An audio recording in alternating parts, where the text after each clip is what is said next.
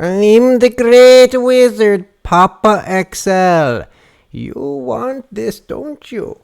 Atiesh. Yes. We're going to discuss who gets loot prio on Atiesh. Let's get into it. This shirt's kind of hot. 1 second. All right, so like I said, we're discussing loot prio for Atiesh. We've already done some deep dives into the Nax loot, the tier loot, who should be going after which pieces of tier, and we've gone over, all the different non-tier, just the epic items in Nax and who might they be best suited for. Now we're going over the Atiesh.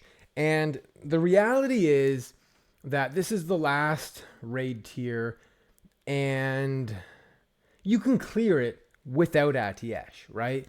So it really should go to someone who has been loyal to the guild. But what we're going to talk about is the min-max. Who would it be the best min-max for, right? Because obviously, give it to whoever is loyal to the guild, because it's not going to make or break your Nax clears. But let's talk min-max. So Druid. Druid is the worst pick. The reason is that the benefit of Atiesh is that it benefits your party with an aura, right? And the Druid, tell you, man, living with a cat, it's got cat hair in the mouth. The Druid aura is just mana per 5.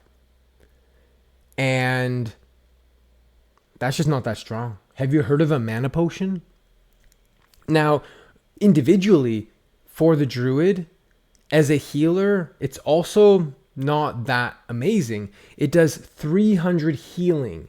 And what are the alternatives? Well, you can have Hammer of Twisting Nether, which I believe is 238 healing. And then you can get the offhand from Saffron, which is 62. That adds up to 300. So it's really not that much different than just your best in slot epics for a Resto Druid. Now let's discuss the attack power. 420 attack power, Blaze It. That, in PvE, sure, it's, better than the 300-ish attack power that you'll get from the End of Dreams. But really, this is just best in slot feral PvP, right? I'm sure you've seen some videos of Germanicus owning people in Stormwind, and it's fantastic for a feral PvP. But it's just the lowest choice. It's the lowest impactful choice for your raid. Now, let's talk about Priest. This also gives the Priest 300 healing. Also increases spell damage by 120. It's kind of ironic that the Druid one doesn't give any spell damage. Guess Boomkins were not on the table there. But the benefit aura here is that it gives 62 healing to all of the healers in your group. Now, if you're an Alliance Priest, you get put into the melee group. So that aura is going to the warriors, the rogue, hunter, whoever is in your group, right? So that benefit only goes to you on an Alliance Priest. So Priest is a very bad choice on Alliance. It's a bad choice. And previously on Era, where there was a buff cap, you as a Priest wouldn't even be allowed to use this because you'd be pushing buffs off your group. You'd be griefing them. That's not the case on Fresh.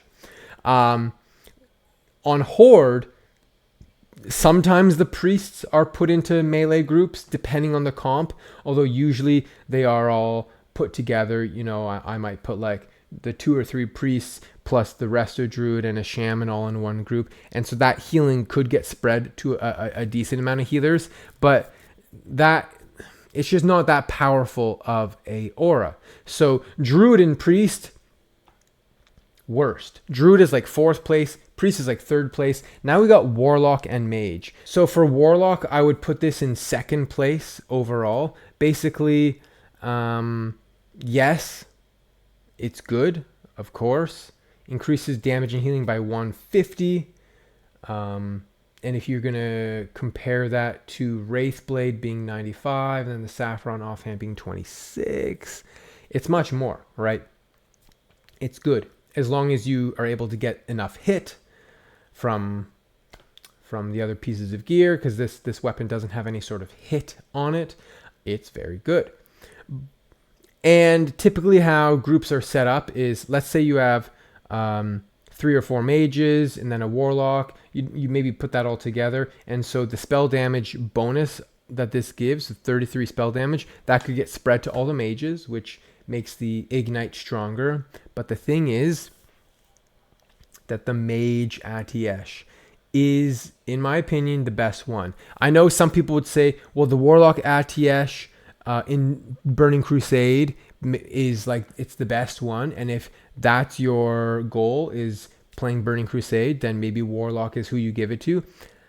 People have asked me, are you playing Burning Crusade? Can you make a guide about something about the pre-patch? I'm like, bro, when that pre-patch comes out, that is where me and WoW go in a different direction. That's where I say goodbye. And so I will not be playing Burning Crusade or any of that sort of stuff. So if you're doing TBC, maybe Warlock is, where you want to min-max. But for me, I think that Mage is the best choice for vanilla. The reason is that, and this is unlikely to happen because you get about 4, 5, 6, 7 splinters per raid. You need 40. You're going to make 1, maybe 2 Atieshes in the time that we have. So I've been in raids where all 3 mages or 4 mages and the 2 warlocks have Atiesh, and they're like super powering each other up. That's amazing, but that's just not going to happen on this fresh, right? That's a classic era thing.